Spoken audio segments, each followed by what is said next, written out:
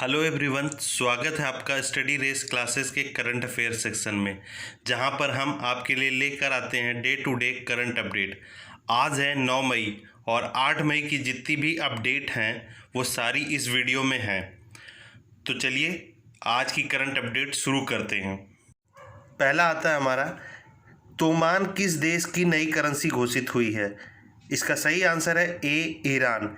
Iran ने अपनी currency riyal से तोमान कर दी है और एक तोमान की जो वैल्यू है वो 10,000 रियाल्स के बराबर है। अब इसके पीछे का थोड़ा बैकग्राउंड देख लेते हैं कि ईरान को अपनी करेंसी बदलनी क्यों पड़ी।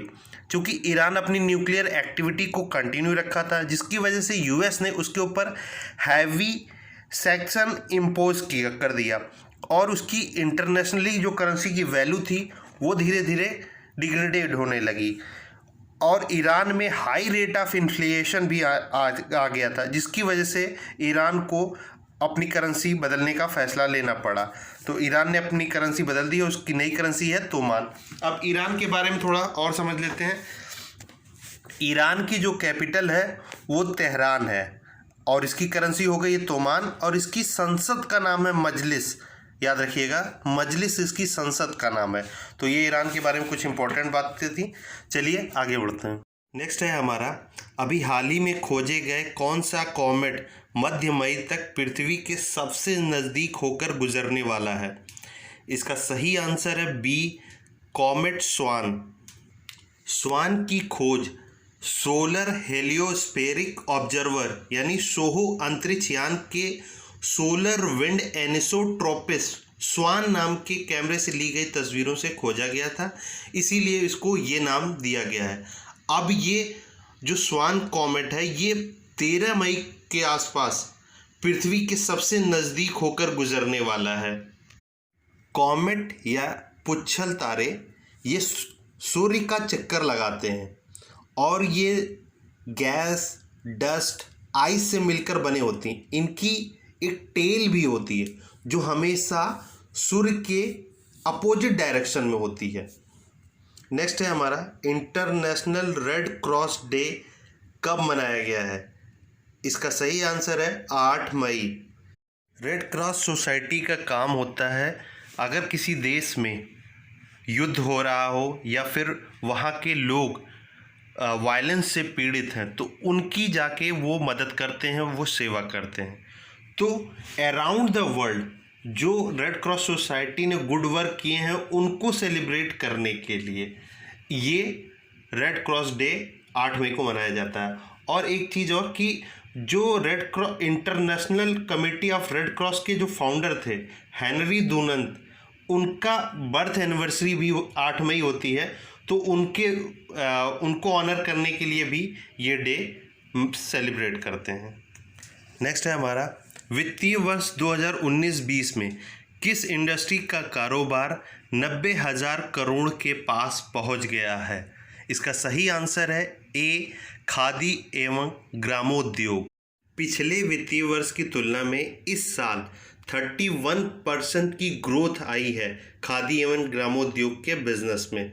खादी एवं ग्रामोद्योग को 2015 में जब से प्राइम मिनिस्टर ने अपील करी है तब से ये इंडस्ट्री हर साल ग्रोथ करती आ रही है और इस साल इसने रिकॉर्ड कायम किया है 90,000 करोड़ रुपए की अर्न करके। खादी विलेज इंडस्ट्री चेयरमैन हैं Vinay Kumar Saxena. Khadi and village industry commission ministry of micro, small and medium enterprises के अंतर्गत आता है। नेक्स्ट है हमारा, अभी हाल ही में यूनाइटेड नेशन एनवायरनमेंट प्रोग्राम यानी UNEP की नेशनल गुडविल ब्रांड एम्बेसडर का कार्यकाल 2 साल के लिए बढ़ा दिया गया है। उनका नाम क्या है? इसका सही आंसर है सी, दिया मिर्जा। दिया मिर्जा UNEP की नेशनल गुडविल एम्बेसडर हैं। अब इनका कार्यकाल 2022 के दिसंबर तक कर दिया गया है। UNEP की बात हुई है तो यूनाइटेड नेशन एनवायरनमेंट प्रोग्राम, इसका जो हेडक्वार्टर है वो नैरोबी में है, कीनिया की जो कि कैपिटल है। नेक्स्ट है हमारा, ग्लोबल ह्यूमैनिटेरियन रिस्पांस प्लान की शुरुआत किस अंतर्राष्ट्रीय संस्था ने की है? इसका सही आंसर है यूनाइटेड नेशन।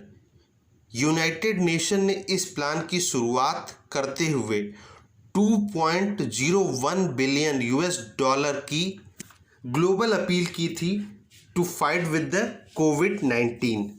और इस प्लान का जो मेन उद्देश्य था, जो कमज़ोर देश हैं, जहाँ पे भूखमरी की समस्या ज़्यादा है, जहाँ पे महामारी सबसे ज़्यादा फैल रही, उनको आर्थिक मदद पहुँचाई जाए। लेकिन अब ये महामारी पूरे वैश्विक स्तर पे आ चुकी है, तो अब पहले तो 54 देश शामिल थे, लेकिन अब 9 और देशों को शामिल कर दिया गया है, जिससे ये टोटल 63 कंट्रीज़ को इनका प्राइम फोकस रहेंगे। अब यूनाइटेड नेशन की यहाँ बात हुई है, तो यूनाइटेड नेशन के बारे में देख लेते हैं। यूनाइटेड नेशन का हेडक्वार्टर जो है वो न्यूयॉर्क USA में पड़ता है। यूनाइटेड नेशन के जो सेक्रेटरी जनरल हैं वो हैं एंटोनियो गुटेरेस, और यूनाइटेड नेशन की फाउंडेशन रखी गई थी 24 अक्टूबर 1945 को। 24 अक्टूबर को ही हम यूनाइटेड नेशन डे भी मनाते हैं। नेक्स्ट क्वेश्चन है हमारा, हाल ही में धारचूला से लीपू लेक तक सड़क मार्ग का उद्घाटन किसने किया? इसका सही आंसर है बी, राजनाथ सिंह। राजनाथ सिंह भारत के डिफेंस मिनिस्टर भी हैं। इस सड़क का इम्पॉर्टेंट रोल है कैलाश मानसरोवर यात्रा में। जिस यात्रा को पूरा करने में 2 से 3 हफ्ते का समय लगता था, अब इस सड़क की मदद से वो यात्रा 1 हफ्ते में कंप्लीट हो जाएगी। लीपू लेक दर्रा काला पानी में है। काला पानी को नेपाल अपना हिस्सा बताता है और भारत उसे अपना हिस्सा बताता है। काला पानी विवाद भारत और नेपाल के बीच में है। ये पॉइंट आप याद रखिएगा कि काला पानी विवाद किसके किसके बीच में है, तो काला पानी विवाद भारत और नेपाल के बीच में है। नेक्स्ट है हमारा, भारत सरकार ने कोविड-19 से निपटने के लिए किस अंतर्राष्ट्रीय बैंक के साथ 500 मिलियन US$ का समझौता किया है? इसका सही आंसर है AIIB यानी एशियन इंफ्रास्ट्रक्चर इन्वेस्टमेंट बैंक। ये एशियन इंफ्रास्ट्रक्चर इन्वेस्टमेंट बैंक एक मल्टीलेटरल डेवलपमेंट बैंक है, जिसका मिशन है सोशल और इकोनॉमिक कंडीशन को इम्प्रूव करना इन एशिया। इसने अपना ऑपरेशन 2016 में स्टार्ट किया था।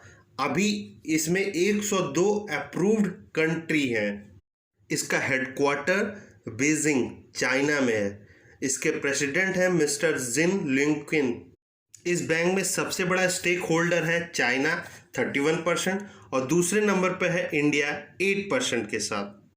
इंडिया को किसी बैंक के द्वारा हेल्थ सेक्टर में मिलने वाला ये पहला सपोर्ट है। नेक्स्ट है हमारा, Manohar Parrikar institute of defence studies and analysis 165वीं और फर्स्ट वर्चुअल वर्किंग कमेटी की अध्यक्षता किसने की है? इसका सही आंसर है सी, राजनाथ सिंह। ये इंस्टीट्यूट न्यू दिल्ली में है। नेक्स्ट है हमारा, भारत ने अभी अपनी मौसम संबंधी खबरों में पाकिस्तान ऑक्युपाइड कश्मीर के किन हिस्सों के मौसम की जानकारी देनी शुरू की है? आपका सही आंसर है सी, गिलगिट और बाल्टिस्तान दोनों। भारत सरकार के ऑफिशियल न्यूज़ चैनल दूरदर्शन ने पाकिस्तान ऑक्युपाइड कश्मीर के गिलगिट और बाल्टिस्तान के मौसम की जानकारी देनी शुरू की है। इस खबर का स्ट्रेटेजिक इम्पोर्टेंस है। अब इसका मतलब है कि अब पीओके नहीं रहेगा, जल्द ही ये IOK इंडिया ऑक्युपाइड कश्मीर होने वाला है। आज से हम आप लोगों के लिए लेकर आएंगे एक बोनस सवाल। ये बोनस सवाल का आंसर आपको कमेंट सेक्शन में देना है और हम इस बोनस सवाल का जवाब अपनी नेक्स्ट वीडियो में देंगे। आपका बोनस सवाल, भारत में गुरुदेव शीर्षक किसे दिया गया? या नोबेल पुरस्कार जीतने वाले पहले भारतीय कौन थे? या 8 मई को किस महापुरुष का जन्म दिवस मनाया गया है? इसका आंसर आप कमेंट सेक्शन में ज़रूर दीजिएगा। आज के लिए इस वीडियो में बस इतना ही।